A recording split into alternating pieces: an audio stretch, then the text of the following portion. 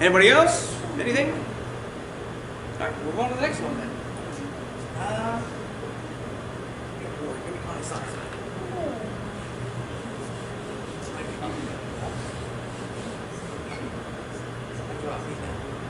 There's no more off. Alright.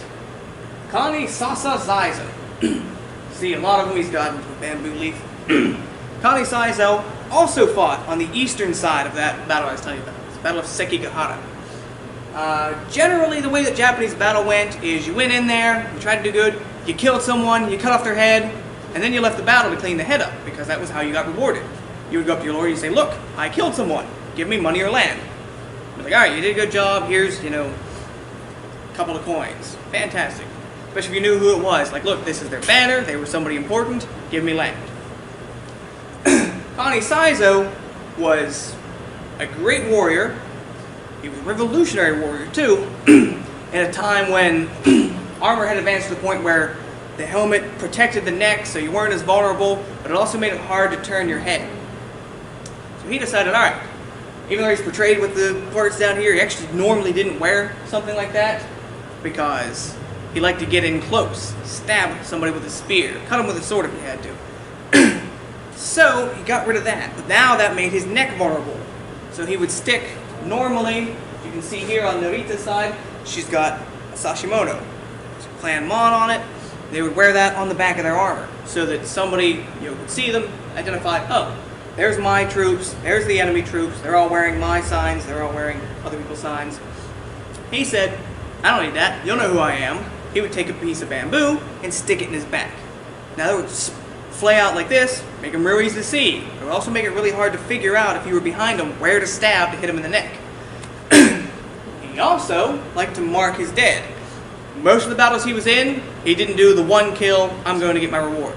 He'd kill 2 or 3. In the Battle of Sekigahara, he actually had the highest kill count with, depending on the source, between 16 and 21, probably 18, in most sources state. He'd kill a guy, cut off his head, and then he would take bamboo leaves from his back, stuff it in their mouth, and stick it on a bamboo spear. They say, that one's mine, and go get a few more. So that whenever it came time after the battle, his side won, the east side won. Everyone's coming up, this is the head I got, or I got 2 heads. He just came up, bowed to his lord, and said, see in the field all the guys hanging, with grass in their mouth? Those are mine. Alright, so he became known as Sasa Saizo, Bamboo Grass Saizo. He was actually kind of a transient. He served, I mentioned Saito Dosan, he served Dosan. When Dosan died, he served Dosan's son, and then Nobunaga eventually defeated the Saizo, so he served one of Nobunaga's generals, and then got on, that guy died, so he's like, alright, I'll serve this one instead, and that guy died, and then he said, I'll serve this one instead. That was Akechi. Akechi died.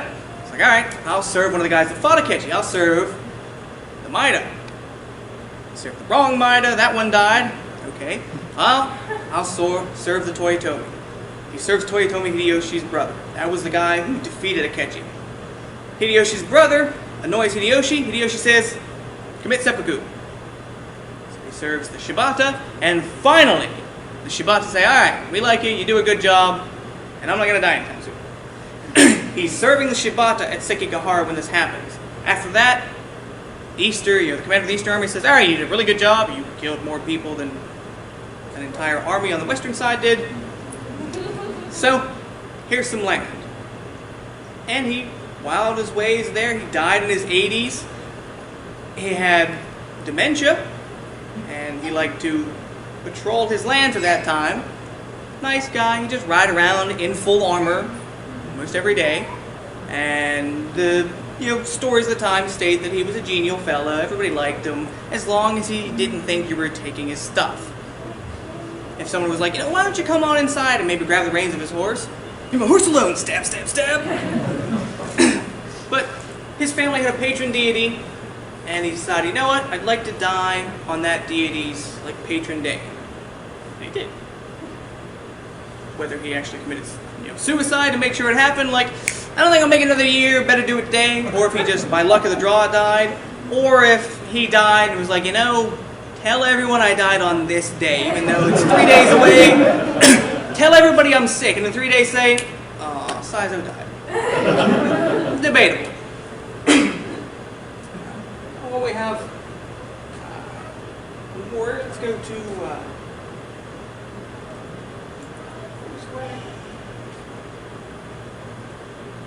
top right one. Yeah. Yes. Both of these. Yamanaka Yukimori, also known as Shikanosuke, another good warrior. Yamanaka is known for his loyalty, known for his dedication.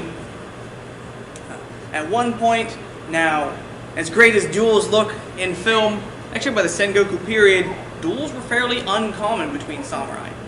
Why would I get in close to you and risk getting stabbed when I've got 1,000 people with spears, bows, and guns?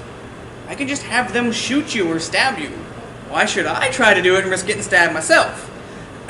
So this rare case where two armies are fighting each other, not real sure which one's going to win. Morale is in the pits because it's a siege. And somebody suggests, hey, how about a duel? Both sides say, well, whoever wins the duel will have better morale, might come through. So Yamanaka Yukimori is decided. Now, his title was Shikanosuke.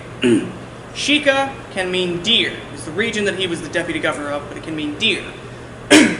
So, the guy who's fighting him, I believe Shinagawa Daisuke, he decides to change his name, as I mentioned they were wont to do. He changes his name to Tora Okami, something to that effect, which basically means, his name translates to, when the deer lowers its head to eat the taraki plant, the wolf eats it. He being the wolf, Shikanosuke being the deer. So, it's a brutal fight. They start off on horseback, firing arrows at each other. They get in close, jump off their horses, fight with spears. One of them gets disarmed with a spear, draws a sword, now they're sword fighting. Gets to the point where they are grappling in the mud, each of them with a knife. And finally, Shikanosuke comes out on top, stabs Okami, the wolf, to death, cuts his head off, and holds up his head, still in the helmet, and proclaims proudly, "The deer has eaten the wolf."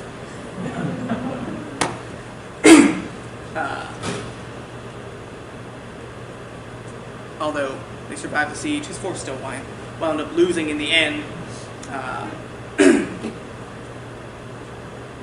But that's one of the more famous duels of the time. He would eventually go on to, whenever his force lost, he actually accepted a position with the winning army, and that tarnishes his reputation a little bit because that's a slight bit of disloyalty in the end. But in the end, he was rewarded for it. They murdered him. You get that a lot in these stories.